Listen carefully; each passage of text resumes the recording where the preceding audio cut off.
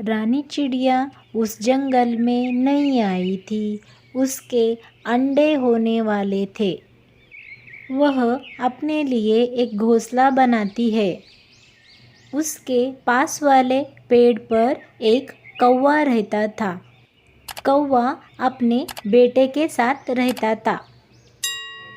वह बहुत आलसी कौवा था। वह हमेशा पक्षियों को बुद्धू बनाने के चक्कर में रहता था। अब कालू कौवा बहुत खुश था क्योंकि अब उसी के पास वाले पेड़ पर एक नई पड़ोसन आई थी। अब तो मैं इस चिड़िया को हर रोज़ बुद्धू बनाऊंगा और बैठे बिठाए भोजन खाता रहूंगा। वैसे भी जंगल के पक्षी मेरे बातों में नहीं आते।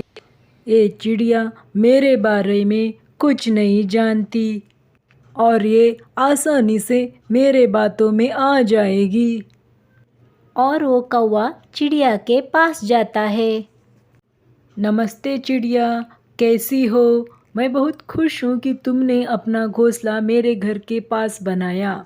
अब हम दोनों अच्छे दोस्त बनेंगे और एक दूसरे के काम आ जाएंगे। मुझे भी बहुत खुशी हुई है आपसे मिलकर। मैं दूसरे जंगल में रहती थी। मेरा उस जंगल में अब कोई नहीं था। मेरे अब अंडे आने वाले हैं। हमारे उस जंगल में एक चील रहती है। वह छोटे पक्षियों को अकेला देखकर उनका शिकार करती है। मुझे अनाज की तलाश में बाहर भी जाना रहता है। मैं नहीं चाहती मेरे बच्चों को अकेला देखकर वह उनका शिकार कर ले। इसलिए मैं इस जंगल में आ गई। चिड़िया, ये तुमने अच्छा काम किया। अब तुम अकेली नहीं हो, अब मैं तुम्हारे साथ हूँ। आपका बहुत बहुत धन्यवाद दोस्त। और फिर शाम हो जाती है और कालू कौवा अपने घर वापस जाता है। अगली सुबह चिड़िया के अंडे भी हो गए थे। वह बहुत खुश थी। वह जल्दी से अपने नए दोस्त को अपने अंडे के बारे में बताने जाती है। दोस्त, मेरे अंडे हो चुके हैं। यह तो बहुत खुशी की बात है। तुम अपने अंडों का अच्छे से ध्यान रखना। कल मैं तुम्हें एक बात बताना भूल गया।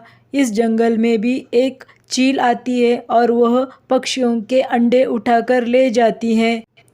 लेकिन तुम चिंता ना करो, जब भी तुम अनाज की तलाश में बाहर जाओगी, मैं तुम्हारे अंडों का ध्यान रखा करूँगा।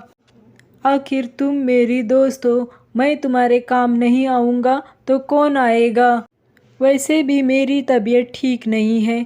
मेरा बेटा कल से कुछ नहीं खाया है। मेरा पूरा दिन घोंसले में रहने का एक फ़ायदा तो होगा कि मैं तुम्हारे अंडों पर ध्यान रखूँगा। अगर आप मेरे अंडों का ख्याल रखेंगे तो मैं आपके लिए भोजन ज़रूर लाऊंगी। बस आप अपना और मेरे अंडों का ध्यान रखना। और वह चिड़िया भोजन की तलाश में चली जाती है। वाह कालू वाह, क्या तुमने चिड़िया को बेवकूफ़ बनाया है। अब तो मुझे खाना घोंसले में बैठे बिठाए ही मिल जाएगा। और फिर शाम हो जाती है। रानी चिड़िया अनाज लेकर कालू कौवे के पास आती है और उसे दे देती है और वापस आकर अपने अंडों पर बैठ जाती है। और फिर रात हो जाती है और वो सब सो जाते हैं। ऐसे ही दिन और रात गुजर जाते हैं। और फिर वो दिन आ ही गया। चिड़िया के अंडों से 2 प्यारे प्यारे बच्चे आ जाते हैं। चिड़िया बहुत खुश थी। चिड़िया, अब तो दावत बनती है बच्चों के आने की खुशी में। हाँ हाँ दोस्त, मैं अभी तुम्हारे लिए कुछ फल लेके आती हूँ। तब तक तुम मेरे बच्चों का ध्यान रखना। और रानी चिड़िया कौवे के लिए फल लाने के लिए चली जाती है। और रानी चिड़िया ढेर सारे फल लेकर कालू कौवे के पास आती है, जिन्हें कौवा खा लेता है और अपने घोंसले में चला जाता है। और फिर रात हो जाती है और वह अपने अपने घोंसलों में सो जाते हैं। आखिरकार बारिश का मौसम आ जाता है। चिड़िया बहुत परेशान हो जाती है। इस बारिश से मेरे बच्चों को ठंड लग गई तो वो बीमार पड़ जाएंगे। मैं अपने बच्चों को इस बारिश से कैसे बचाऊं? माँ, मुझे भूख लगी हुई है। माँ, मुझे भी भूख लगी हुई है। अब मैं इस बारिश में भोजन कैसे ढूंढूं? लेकिन मेरे बच्चे तो भूखे हैं। मैं एक काम करती हूँ, मैं कालू कौवे से अपने बच्चों का ध्यान रखने के लिए कहती हूँ। शायद मुझे इस बारिश में कुछ खाने को मिल जाए तो अच्छी बात है ना। और चिड़िया कौवे के पास उड़ते हुए जाती है। दोस्त, क्या तुम मेरे बच्चों का थोड़ी देर ध्यान रखोगे? उन्हें बहुत ज़ोर से भूख लगी है। मैं बाहर जाकर कुछ खाने को लेके आती हूँ। हाँ चिड़िया, जाओ और मेरे लिए भी कुछ लेके आना। मैं अभी जाने ही वाला था कि तुम आ गई, लेकिन तुम्हारे बच्चों का ध्यान भी तो रखना पड़ेगा, इसलिए तुम मेरे लिए भी कुछ खाने को लेके आ जाना। और चिड़िया चली जाती है। बारिश बहुत तेज़ थी। रानी चिड़िया को उड़ने में दिक्कत आ रही थी और वह एक पेड़ पर बैठ जाती है। हे भगवान, अब मैं क्या करूं? आप ही मेरी मदद कीजिए भगवान।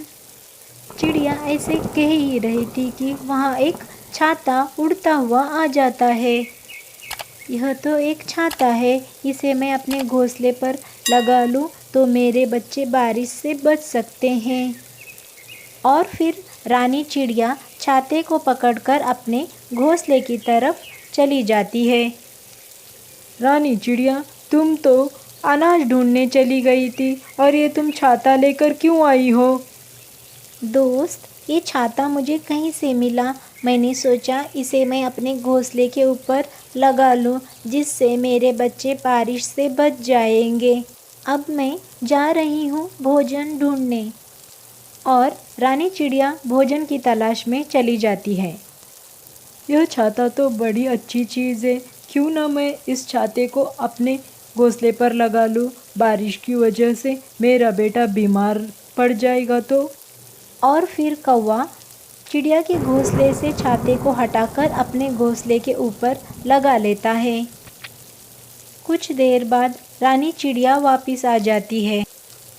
कौवे, ये तूने क्या किया? यह छाता मुझे मिला था, इसे तुमने क्यों उतार लिया? मैंने तुम्हारा कितना ख्याल रखा, तुम्हारे लिए बैठे बिठाए भोजन तक ला के दिया, और उसके बदले में तुमने मेरे साथ यह किया। जाओ जाओ चिड़िया, आई बहुत मेरा ख्याल रखने वाली। मैं भी तुम्हारे बच्चों का ख्याल रखता था, ऐसे ही नहीं दिया तुमने मुझे अनाज लाकर। चिड़िया कौवे की बात सुनकर नाराज़ हो जाती है और वह अपने दोनों बच्चों को साथ में लेकर वहाँ से उड़ जाती है। थोड़े आगे जाने पर चिड़िया को एक पेड़ में एक सुराग दिखाई देता है। चिड़िया अपने बच्चों को लेकर उस सुराग के अंदर चली जाती है। वहाँ पर चिड़िया और चिड़िया के बच्चे बारिश के पानी से सुरक्षित हो जाते हैं। दूसरी तरफ जो छाता चिड़िया को मिला था वह एक चील का था। चील अपने छाते को ढूंढते ढूंढते कौवे के घोंसले के पास आ जाता है। चोर कहीं का, मैं थोड़ा भोजन क्या ढूंढने गया, तूने मेरा छाता ही चुरा लिया। चील भाई, मैंने तुम्हारा छाता नहीं लाया, तो फिर क्या तेरा बाप लाया है यह छाता यहाँ पे? यह कहकर चील उस कौवे की अच्छी खासी पिटाई कर देता है और अपना छाता लेकर वहाँ से चली जाती है। इस तरह कौवे को उसकी गलती की सज़ा मिल जाती है।